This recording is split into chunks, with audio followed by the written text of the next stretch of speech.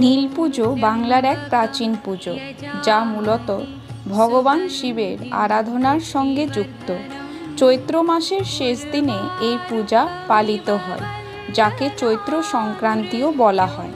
লোকবিশ্বাস অনুযায়ী ভগবান শিব নীলকণ্ঠ রূপে পৃথিবীর সকল বিষ ও অশুভ শক্তি গ্রহণ করে মানবজাতিকে রক্ষা করেছিলেন। সেই কারণেই এই পূজার নাম হয়েছে নীল পূজা। গ্রাম বাংলায় বিশেষ করে নারীরা পরিবারের সুখ শান্তি, স্বামী ও সন্তানের মঙ্গল কামনায় উপবাস থেকে এই পূজা করেন। এছাড়াও এই পূজার সঙ্গে জড়িয়ে আছে চড়ক পূজার মতো বিভিন্ন আচার ও লোকসংস্কৃতি, যা বাংলার ঐতিহ্যকে আরও সমৃদ্ধ করে।